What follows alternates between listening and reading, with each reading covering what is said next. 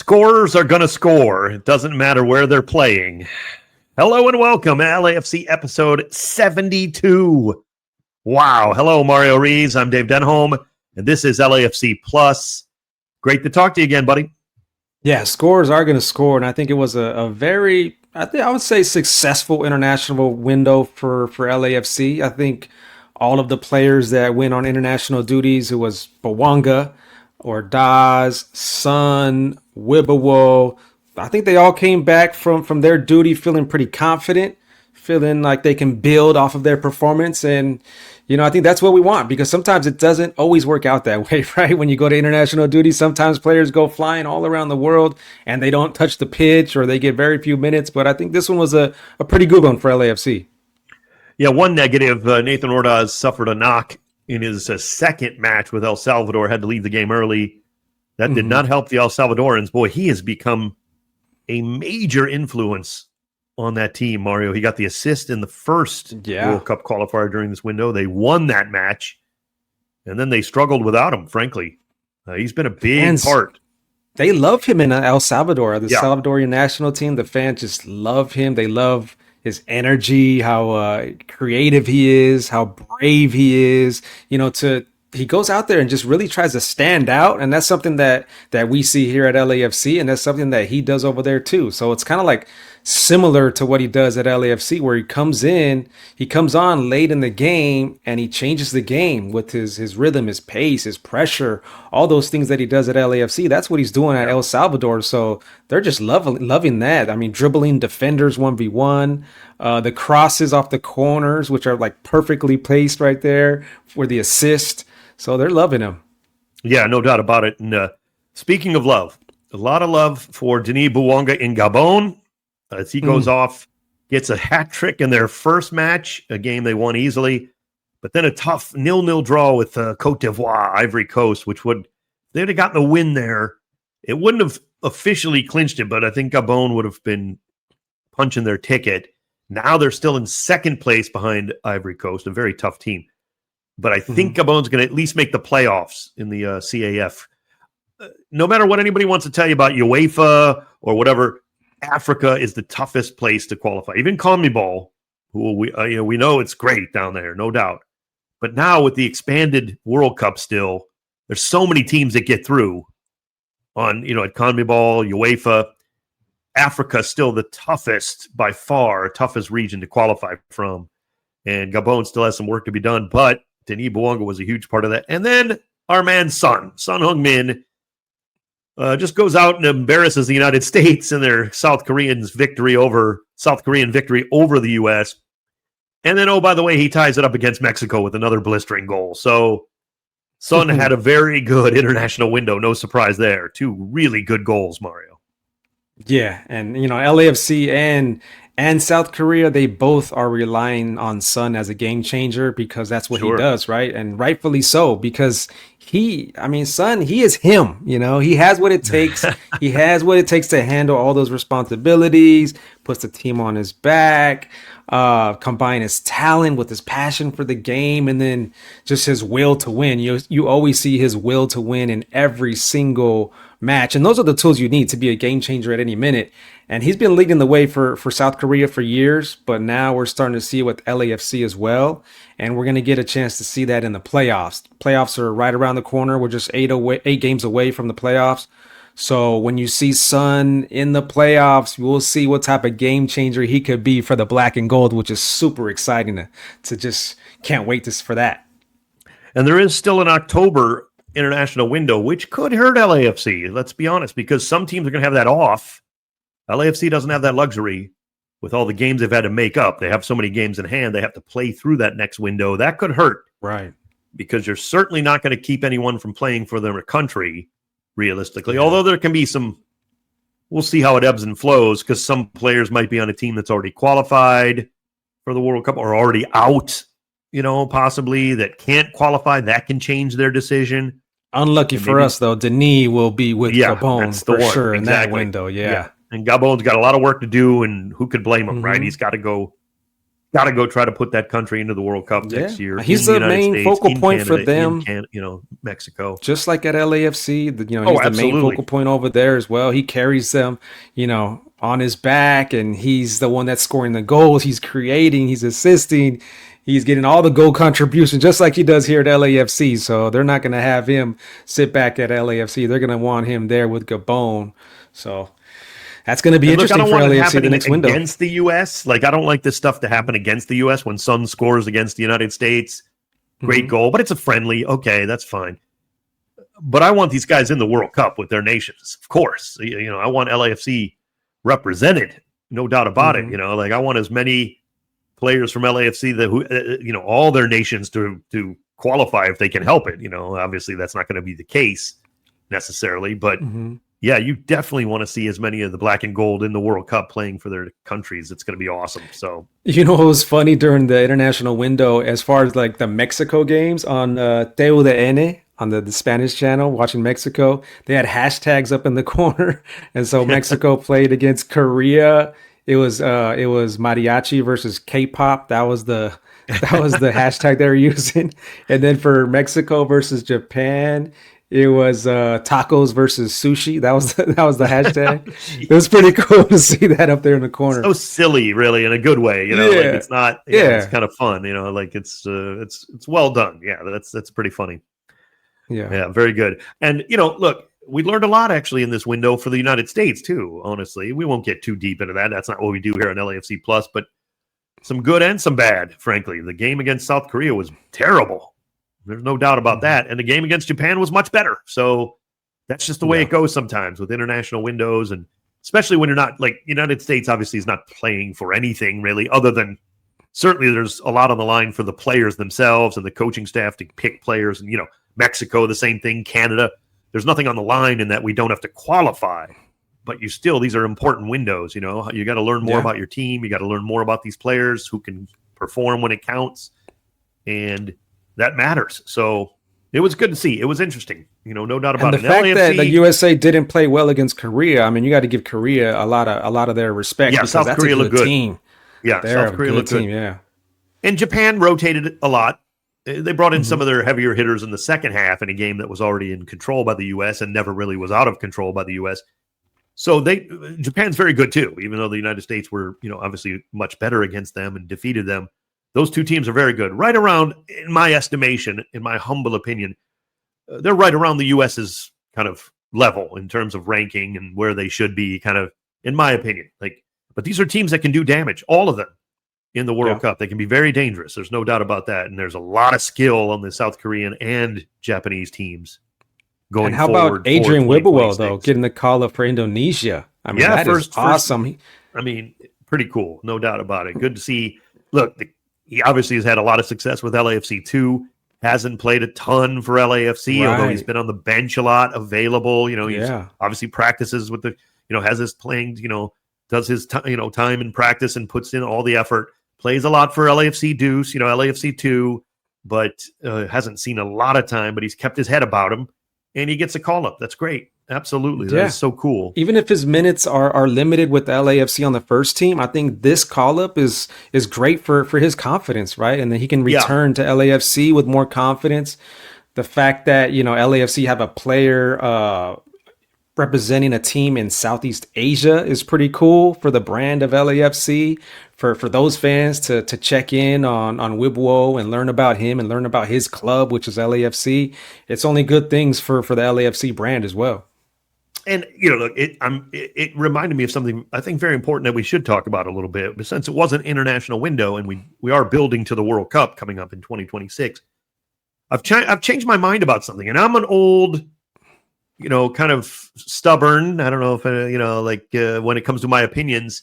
I don't change my mind all that often on certain things, but I have in relation to, and it relates to kind of Indonesia, but a lot more countries, in relation to the World Cup expanding to 48 teams. When I first heard about that, Mario, I thought, this is ridiculous. Going from 32, which I felt was the perfect number. It's just a great tournament number, the way it works out, 2 teams out of 4 go ahead. It's just so symmetrical. It felt, yes, exactly. I've changed my mind. I think it's a good idea, and I'll tell you why. because, and again, Indonesia may or may not be the perfect example for this. Let's be realistic.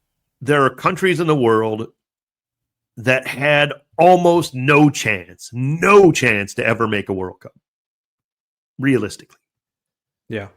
They have a chance now. Now, again, it won't be easy. Like they probably will still struggle and won't get there realistically, but eventually some of these teams will, like those teams that are like, or maybe they've made one World Cup, like in El Salvador. Now they've got a shot. It's not going to be easy and they may not make it, but it just opens up more spots. Look, are we now in the first few World Cups that are 48 teams? Are we going to see some 7-0 games? Probably. Yes, you may. There might be some pretty bad matchups, right? I mean, and I kind of allude to, like, what if they keep expanding to where it's not just New Zealand coming out from Oceania? Maybe it's Solomon Islands, right? Or something, which would be a great story. Right. I no disrespect to them, but they could take it on the chin. Like, I mean, some of these teams who are getting in, like the last teams in, they might, Spain might run over them, or maybe that's a bad example because Spain likes to kind of keep the ball away from you and they don't care if they beat you 1-0 or 10-0. It doesn't matter to them. But Germany, if they get there, which, we'll see, they're still they're going to be fine. But you know what I mean? Like there are teams that'll take the gloves off and win 8-0. They don't mind that, and can do it. They're good enough to do it, in other words. We saw Norway in a game against Moldova in World Cup qualifying the other day, 11-1. Now, Moldova's not going to make the World Cup anytime soon. But these countries have a chance, Mario. That would be so huge for some certain countries to either get back where they haven't been for decades or to get there for the first time.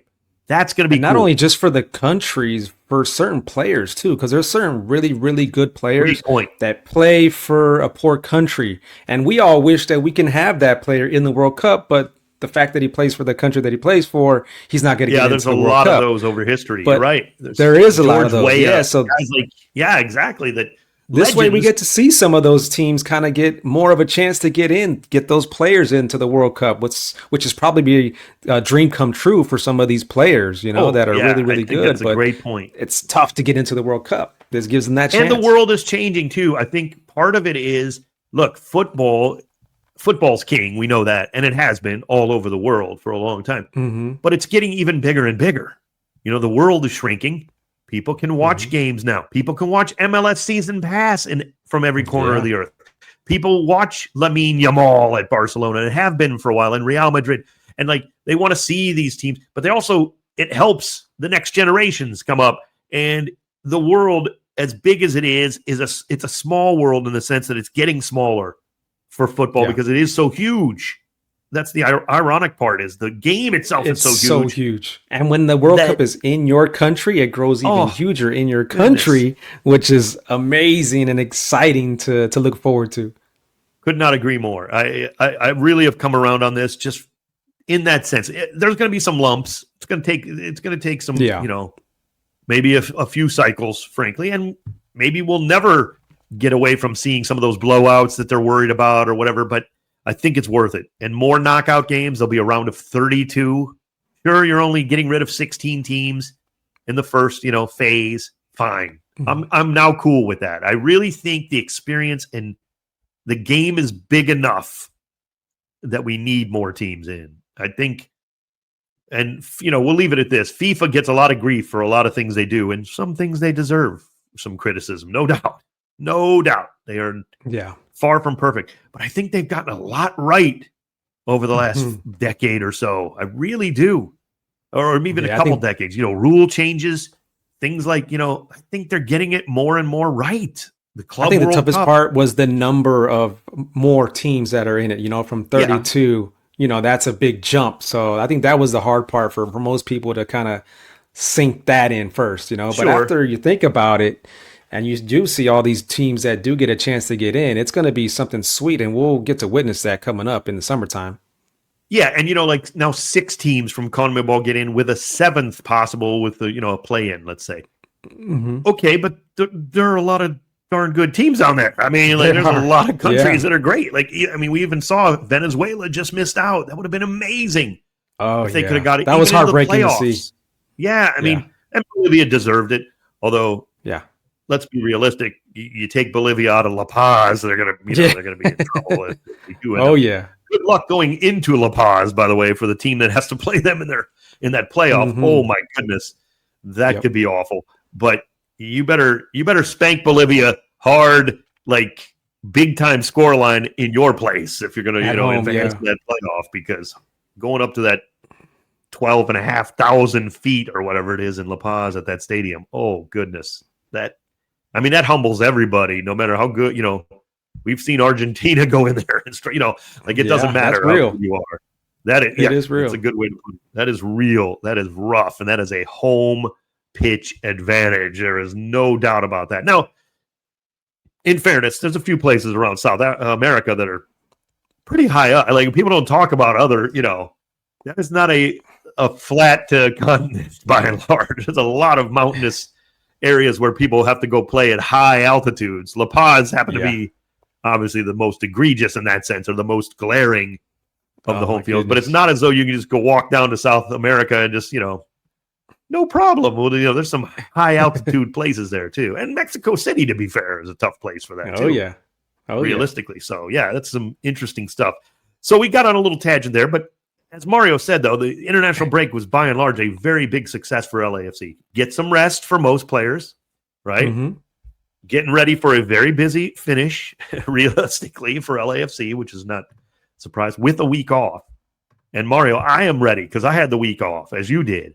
I'm pumped now. Let's go. I'm pumped too. I'm ready to get back to it. And matter of fact, Dave, I talked to Timothy Tillman. He was out the last match against San Diego. He wasn't in that match, but he's back for this one against San Jose. And I had a chance to speak to him about his time off for the international window and the upcoming match versus San Jose. Here's my chat with Timothy Tillman. Welcome back from the international window. Hope you're able to enjoy that time off. What's your go-to thing to do here in LA when you do have a little bit of time off? Honestly, I just wanted to get a little outside the city, outside my daily routine, my daily life. So I took some days off in Mexico, went to Cabo, was nice. So that's what I needed at this point of the season. Now, when you're off for a few days, who's like the first teammate that you send a text to or send a call to just to tap in and say, hey, how's it going? How you been? I would say the whole team, like just the players chat, just hit the boys up and ask them how they are doing. It was funny because I met Sergi at the airport. We took the same flight to Cabo, so that was funny too. And I actually texted him right away when we got there because there was an earthquake and the weather wasn't that nice. So I hit him up and asked him if it's the same at his place where he stayed at, and it was not on the first day, so that was very frustrating for me, but it is what it is. Now, you and your brother Malik probably talk a lot as well, right, during that break. You guys have both taken huge steps in your careers recently. How much do you guys talk about soccer, and how much does that help you here at LAFC? Yeah, we do talk about soccer, of course, especially now that he joined a new team, had a couple of changes in his career. I'm in a unique situation right now, or like in a I don't want to say difficult, but like just thinking about my future. So of course we're talking a lot about soccer as well, but then there was our mom's birthday, so we talk about that too. It's not just about soccer, just like brothers do, about everything. Now, you've been here with LAFC for almost 3 years now. How do you feel your game has changed and evolved since coming here to MLS to LAFC, coming from Europe, coming from Germany?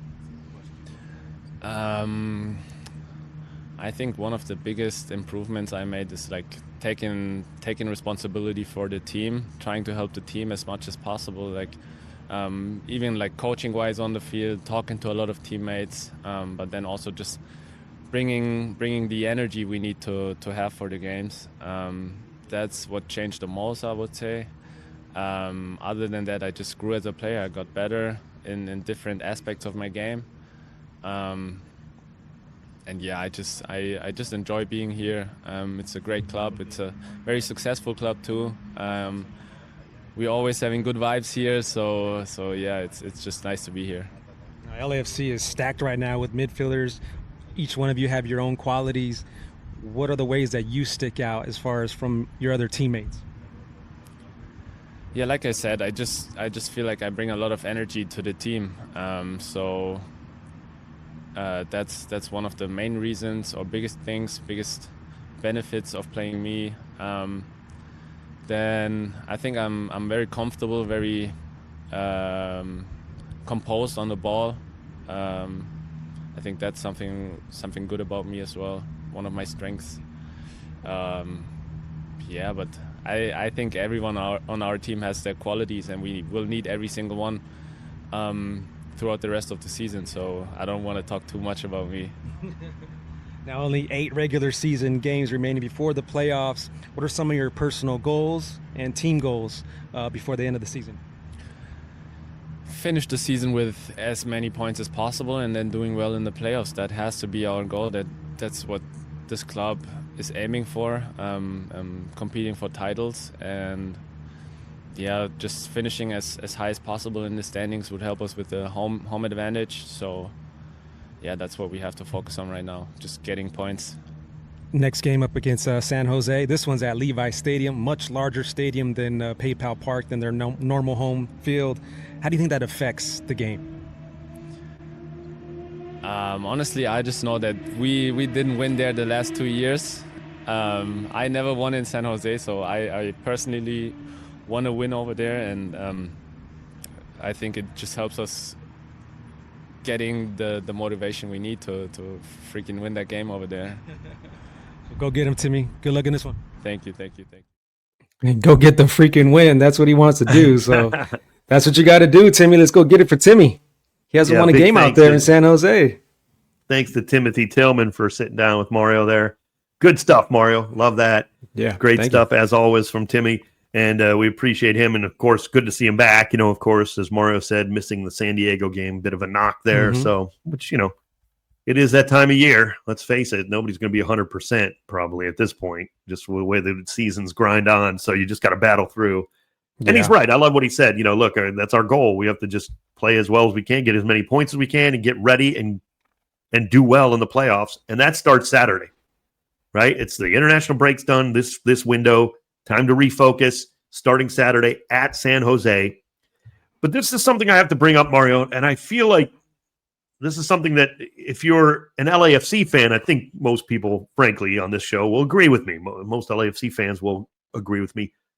Anybody who's in the plus category of LAFC plus, who's like the fans from other teams, are going to tell me, "Oh, you're sour grapes, you're whatever." Okay, I can put up with that. That's fine. But again, this game has been moved to Levi Stadium. Yeah. Oh, yeah. Okay. Now, on one hand, look, I know what the business is about. It's about business. They're going to sell a ton of tickets. Okay? I get it. LAFC is a big draw. They do it every year. But I think MLS maybe should step in on this, Mario, because it becomes unfair in this regard, right? Yeah. San San Jose plays at a stadium with about 18,000 seats. Nice little stadium, a great stadium. Okay, they get a good crowd. I have nothing against the fans in terms of coming to matches and rooting their team on, but it is not a massive home field advantage at their normal play. PayPal Park or whatever it's called, right? The 18,000 seater. It's not a hard place to go play. Everybody else gets to go there and play. See what you know what I mean? Like, what I'm saying. Yeah. So why does RSL get to go into there and have a much easier, quote unquote, atmosphere than now packing out a Levi Stadium? Now, I know a lot of 32, 52 are going to go up there and they're going to do their best and they're great. No question. So it does open it up for more LAFC fans. But now you're packing the place out. Every year you got to go to a much more difficult atmosphere than anybody else plays against San Jose. That's not like fair in terms of competition after a while. Look, you do it once, okay, right? The Galaxy host us at the Rose Bowl, quote unquote. fine. We'll get our plenty of people in there or whatever. It was 50-50, essentially. Right? And no problem. But this is like every year you're going to let them pack a place that's 3 times bigger than their normal stadium? And it happens to always be against us? Am I wrong about that? Now, you can tell me if I'm overreacting, Mario. That's fine. You can be honest with me. You know what, Dave? I had this same exact conversation at the training facility today with some of the LAFC staff. And when I brought it up, most people, it was 3 people, they did not see that there was an advantage for San Jose. Okay. They really didn't see it the way you and I see it, because I'm with you. I say, like, how could you do this every single time LAFC go up there? Now, they did have this already scheduled even before Stunny was on the team. But still, though, to pack that place up into an NFL-sized stadium and let all that crowd in there, opposed to the small, tiny stadium that they do have, it's a big difference. It's a huge difference. But I know some players, they'll tune it out, right? The good players, they know how to tune it out, and that's fine. That's fine. But wow, to do this every single time against LAFC, I mean, why don't you just alternate it or something? It doesn't have to always be against LAFC. Then it'd be a little more fair. The fact that you're not always doing it to LAFC. Because in this instance, it's not. LAFC are going to have a ton of fans up there. I get it because of Son. I get it. But this has been going on for years. Like, this isn't the first time. If this is the first time, I could say, okay, we have Son Heung-min. He's an international icon. They want to put him in a bigger stadium. Go for it. I understand. And by the way, again, this year will be even easier for LAFC because we'll have a lot of fans. But also, I don't really even agree with our personnel, our staff, for this reason. It's not about them affecting LAFC. It's not about the crowd being pro San Jose where it's negative to LAFC and it's going to somehow get into Denis Bouanga's head. That's not going to happen. It encourages the home team more, though, is what my point. Right? So you got a team. Now, in this instance, San Jose is a better team this year. I'll give them credit, right? We'll talk more about that. Yeah. But this is a team that needs that oomph from their crowd, not that they're going to be anti-LAFC and it's somehow going to hurt LAFC's game. Come on. You think Carlos Vela cared if a crowd got against him? Please, you know what I mean? Like, that motivates him more, like a Denis Bouanga or a Son. Please. But it helps San Jose, is my point. A team that might otherwise not be as good, they get pumped up. They get into it more. That's when they started doing it. When Carlos Vela was playing for LAFC, they would do it when Carlos was visiting San Jose because they knew they had a big Mexican population there in San Jose. That's when they started doing it. Yeah, I agree. But it's not going to hurt Carlos Vela's game. That's fine. It's about the pumping up of your opponent who otherwise isn't as good. Let's face it. And guess what? The teams they've been playing have faced a San Jose team that did not have as much of a home field advantage because of that. That's not fair. Every year, right. That's 3 points that LAFC are trying to take. And look, they'll probably go up there and beat San Jose anyway. I get it. You should still go take care of your business. But just stepping back, I'm not and believe me, as Mario said, this is not LAFC telling us this. Not at all. This is my opinion. This is Mario's opinion. As Mario has even told you, he's talking to people around the organization and don't even think it's a big deal. They probably think I'm nuts for bringing it up, but it is just something that maybe MLS has to kind of, do this. Yeah. And I understand we're the draw. I get it. Son is a draw this year, especially too. Carlos Vela I get it. And that's a good place to be on one level, right? Because LAFC is a massive club. So they're not doing this for RSL. No disrespect to RSL. We're going to play them twice in a couple, few games. But Mario and I, we just, seems like every year, really? Like, we got to do this? Yeah. But Dave, what's really difficult about this San Jose team is that we don't know which team is going to show up because they've been so inconsistent all year long. They've been right there, like at the playoff bar. They win, they lose. It's like one of those complicated relationships. It's like, oh, we're fine. Oh, we're doing terrible. Oh no, we're fine again. That's how it is with San Jose. They have good players, good team, good scorers, but it's like so up and down. So I think that's what the difficult part is going to be come Saturday when LAFC face San Jose. Is like which San Jose team is going to show up. And look, they're much better than they have been. I mean, even as inconsistent as Mario was talking about, which he's right. You're right about that. They're still a lot better. They're still more dangerous because they are battling for a playoff spot. In years previous, if you would have met San Jose at this time of year, they were trying to avoid the wooden spoon. They were trying to avoid the worst record in MLS history. Stuff like they're trying to avoid giving up the most goals in MLS. They were a mess. Like, that's the bottom line, and anybody would acknowledge that, including their fan base. But when you bring in Bruce Arena, you're not going to be bad for long. And they're not bad. Not anymore. So, as Mario said, they're in the 9th spot. They are in a playoff spot, technically, now, the play-in game. But, look, it's teetering on the brink, too. They need this badly. There's no doubt about that. I mean, they could vault over, Colorado, or they could fall out of a playoff spot if Houston wins and LAFC beat them. So, everything on the line for both teams. You don't mess with Bruce Arena over the long haul. He's going to fix things, right? He's going Bruce to Arena's fix this. The man. If he's leading the way, you're on a good team there. I mean, Chicho Arango, Joseph Martinez, these guys have had a lot of success in MLS scoring goals. They're scoring again. Chicho and Joseph both have over 10 goals this year, so they're doing their thing. But, they have a lot of dangerous players, but LAFC have a lot of dangerous players too. I mean, sure. They got to stop Son. They got to stop Denis. They got to stop, even Chouanier, who's jumped into the midfield and played well. There's a lot of dangerous players for LAFC, and I think this is the right team for LAFC to get a big bounce back win after that loss to San Diego. Haven't forgot about that one. That one was devastating at BMO Stadium. But this is one of those teams where I think you can get some goals on, right? Because they concede a lot of goals over in San Jose. So this is one of those teams where LAFC can get a bounce back win against another California team and get it rolling going into that playoff. I agree. And it's one thing I haven't heard much from people with these final 8 games. And they're jammed in, so it's going to be tough. It's a little tougher no matter who you're playing.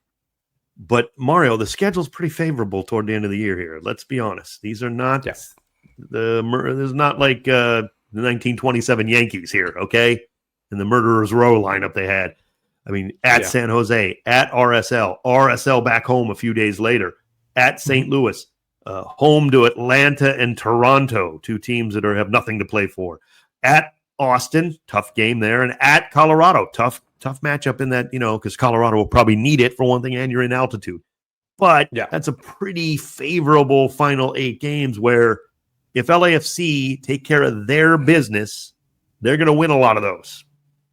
Yeah. And that's just the bottom line. You have to take a lot of points out of these 8 matches. I mean, we can't have... And really, these next 3 matches, Dave, LAFC have a chance to really gain 9 points in a matter of like 8 days, right? Because it's going Saturday, Wednesday, Sunday. So, and 2 matches against RSL back-to-back. So that's a good chance to swoop up on 9 points in a very, very quick manner for LAFC. And they need to take advantage of these next 3 games in the span of 8 days. It's going to be huge, and that could tell a lot for the rest of the season, for the playoff seeding, for the Western Conference, and for LAFC. It's going to be good. I mean, by the time we do the next podcast next week, it's going to be good, Dave. We're going to have a lot to look forward to. These games are coming quick, fast. And the fact that this road trip coming up here on Saturday is not too far, I like that. It's just to San Jose and back, and then get ready for the back-to-back games against RSL, 1 away and 1 home. Yeah, and thankfully the RSL trip is not any time it's going to snow. Well, you never know, I guess, in Salt Lake, but we think it's pretty safe, right, weather-wise, in September. So that's a good thing, too. And then, of course, as Mario said, quick little turnaround. They're right back at BMO against the same team. So if you can get them, if you catch them, maybe you can catch them twice in a matter of just 4 days. That would be massive.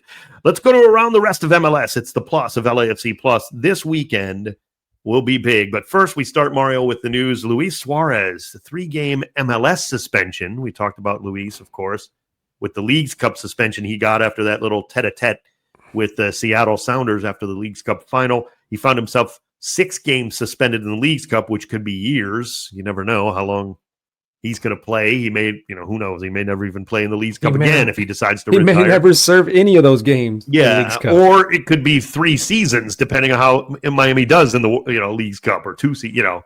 You could flame out, and then you still got 6 games to serve. But he does have an additional 3-game MLS suspension. The league announced that earlier, and I think that's fair. I do. Yeah, now remember, some people say it's not enough, and these things are collectively bargained, and they have to be dealt with by the MLS Players Association too. It's like some people are like, he needs a 30-game suspension. I mean, between you and me, that would be fine by me in a sense that he's had more than his fair share of chances in his career. Let's put it that way. But you still have to go. You can't just go crazy on a player. They have protection from the union in that sense, and things you got to kind of work out. It sets precedent, all those kind of things. So he does get an additional 3 games, Mario, which could hurt Inter Miami severely in their chase to move up the standings in the East, because they have games in hand that now he's going to miss. Yeah. It's still going to hurt Miami, but I did think it was a little bit, a slap on the wrist for a little bit. But then I think about, Leagues Cup. It was in the Leagues Cup tournament. It wasn't really in the MLS regular season or an MLS playoff game. He was wearing the MLS shirt. He's from an MLS team, but still it wasn't in the MLS regular season. So that's why I could see just a 3-game suspension. And I think that's proper. I think that's right for Luis Suarez. What do you think might have happened, Mario, if that was a team from Liga MX that he did that against? Now, again, just as heinous. I mean, there's no difference in terms of how bad it is, but I wonder what the league, if there's a difference. I don't think there would have been, because he's still besmirching the league and besmirching the jersey. I think there would have been a lot more pressure. I think there would be a lot more pressure from Liga MX to really lay down the hammer on him. For Maybe sure. the Leagues Cup suspension would have been bigger. Who knows? I mean, I don't think so, right? I think 6 games was pretty big suspension that way. That's a pretty big suspension, What if it was not another MLS side? That would have been, I think you're right, though. It would have been even crazier in a sense. So that would have, boy. Definitely. Let's just hope it never happens for anybody against anybody ever again. It's just, come on. We can't have that, no doubt. Yeah. Our picks to watch, Mario, over the weekend. We'll start with you. Who's your game that you like? I was looking at the Cincinnati-Nashville game. I mean, this could be an Eastern Conference final right here. Cincinnati has all the individual talent, like we've been talking about all year. Evander, Orellano, Danke. I mean, these guys are just star-studded, on that team. When they start to play consistently together, then you're talking about a potential MLS Cup final type of team. Sometimes they play together. Sometimes they're a little more individual. But this is a team that's built for a deep playoff run. I think you could bank on that one. Cincinnati is just 2 points above Nashville, though. And Nashville is in 4th place. But they've been struggling. Nashville's been struggling as of late. And I think a win here for Nashville against Cincinnati could really be a big boost for them that they need to kind of get things rolling. Yeah, that's a good call. I like that game. What do those 2 teams have in common, Mario? I'm putting you on the spot here. A little quiz that we didn't talk about, a little trivia. And don't worry, I don't think it'll be the first thing you think about. But then did Kai Kamara play for both teams? No, I don't believe. Well, you might be right on that. Actually. I might be right about that one. That's pretty good. I might be right. I know he played, of course, for FC Cincinnati, but we don't know about. Did he play for? No, I don't believe he wore the Nashville shirt. I don't think so. I bet you he did, though. That's the funniest part. Well, that's so funny. Yeah, I'm going to give you the answer. Look it up if you want, the Kai Kamara thing. That's very good, Mario. I like that answer, even if it's not true. It actually is that they both have now designated player defenders, which is a pretty rare thing in MLS. Yes. Frankly, in general, it just doesn't happen, just the way the league is structured. Walker Zimmerman, our old friend, of course, has been a designated player for Nashville for a while now, makes, very nice living. Kudos to him as a designated player. Well, Miles Robinson, it's announced that FC Cincinnati has made him a designated player in the defensive spot. Nice. Certainly worthy of that, I think, but reportedly, I mean, some people reporting like Tom Bogert and everything, that I think it's kind of a similar contract to where the money-wise where Walker Zimmerman was landing. So that's a big commitment on FC Cincinnati's part. And not to say that Miles Robinson doesn't deserve it. He's certainly a great defender, but an interesting swoop there in the sense of a lot of times teams don't mess around with designated player spots going to defenders all the time. You want those in the rare attacking, to see that. Well deserved, though, yeah. So that'll be another little tidbit for that match coming up. Great choice. I love that. My pick, I like that. Atlanta, which initially people are like, what? What do you care about? Versus Columbus. And it's really, for me, this is more about Columbus because, yes, you're on the road in Atlanta, but Columbus is kind of like a bit up and down this year. Now, look, they're hard to beat, but they've been dropping a lot of points too. And they're not like invincible here. Ever since Cucho has left, and I hate to just point at that. I know they signed the Palestinian striker who's going to be a good player for them, a really big signing. Still, obviously, very new to the team and new to the situation, though. And I think this is interesting. I think this is an interesting game. They got to kind of start turning it around in a sense of getting ready for the postseason and getting on your front foot. And certainly if Columbus do that, they'll be dangerous. There's no doubt about that. They got all the We're weapons. not used to seeing Columbus sitting in 7th in the East, right? I mean, we're not used to seeing that. But the fact that they're still in the playoffs always makes them dangerous. Like, who's going to want to play against Wilfred Nancy and Columbus Crew in the playoffs? So they're always going to be dangerous. But yeah, they've been up and down. Not used to seeing that. So let's see what they do this weekend because they definitely need the points. They need to start climbing to get some home field advantage because they have a big home field advantage when they do play at lower.com.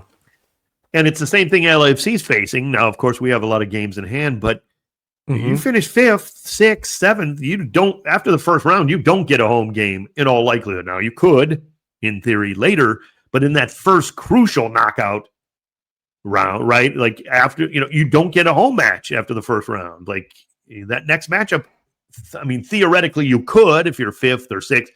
Everybody else could be knocked out above you, and that would be amazing. Don't get me wrong. But you can't rely on that. So that's not usually how it's going to, play out. If you're a 5th, 6th seed, even 7th, like Columbus, good luck getting through the gauntlet of road games constantly trying to make your way to MLS Cup.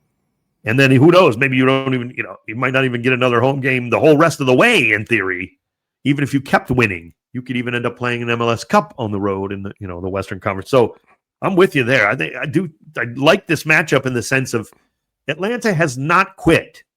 Now, they're not any good, but they are playing better of late, and they certainly they don't have much to play for other than some pride and knocking out, not knocking out, but like knocking down a team like Columbus in front of your home crowd, which, by the way, Atlanta's still trying to win back their fans. Let's be realistic here. They got to play hard. I have faith in that club. Yeah, I think they will. Yeah, of course. I happen to agree with you, but I also think these players got to play for pride and their jobs because there's going to be some changes in Atlanta. On the pitch. They can't keep going like this. No, you can't be spending $50+ million to finish 13th in an Eastern. No, that's not how it works. That ain't going to happen. Arthur Blank is a great owner, but he's not that benevolent, I don't think. He's not going to put up with that. I mean, so they want to win down there, and he wants to win for sure. Yeah. So Kai Kamara played for 13 teams in the MLS.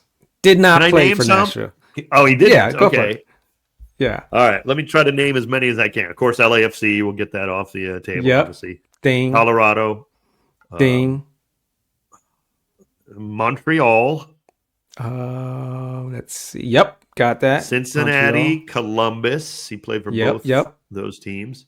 Oh my gosh. There's so many that I can't there's got to be so many more. Minnesota. Did he play for the Loons? Of course. He did play for Minnesota United. Yes, he did. In 2020. 6? Have I only gotten 6 so far? Oh my goodness. I lost track, but there's about a half of them left here. Oh my gosh, that's amazing. Earthquakes. Good. Yeah. Oh boy. That was 2008. I know, that's crazy, but in the same year he went to another Western Conference team. Oh, in the same year. Houston Dynamo. Yeah. Dynamo, of course. I can see him in that jersey, even though I don't think he was there that long, was he? But he couldn't have been too many. Yeah, he couldn't have been that long for too many of these places, right? Like he's just popping around so much. Wow, I've only done 8 out of the 13. Oh my gosh. Still 5 teams. He didn't play for Dallas. I don't believe it. Oh, Kansas City. Duh. Sporting. I mean, that's like his biggest. Sporting Kansas City, of course. That's 9. I'm still so far. Oh, Chicago. 10. Yep. Yeah. He played for Chicago. Wow. This is amazing. Kai Kamara, you are an absolute legend. I This is love an it. Eastern Conference team, OG team from one of the original teams in MLS. Wow. Okay. He played 1 year for this Eastern Conference team in Not the Red 2016. Nope. Metro Stars? No, they were already.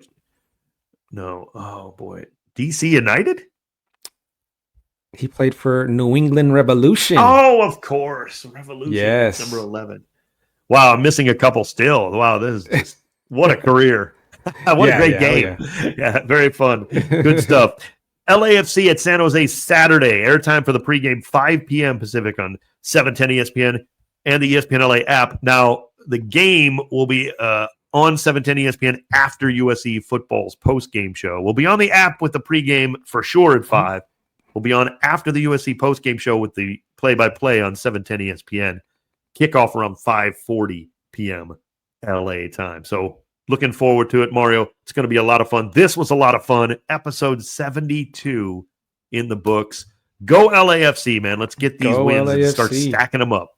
Yes, it's going to be electric. You know, that atmosphere at Levi Stadium, like we talked about, the stadium's going to be jam-packed. Ooh. Hopefully, there's going to be a lot of Sun fans. I'm pretty sure there will be a lot of Sun Hueng-min fans and LAFC fans to make the trip out there.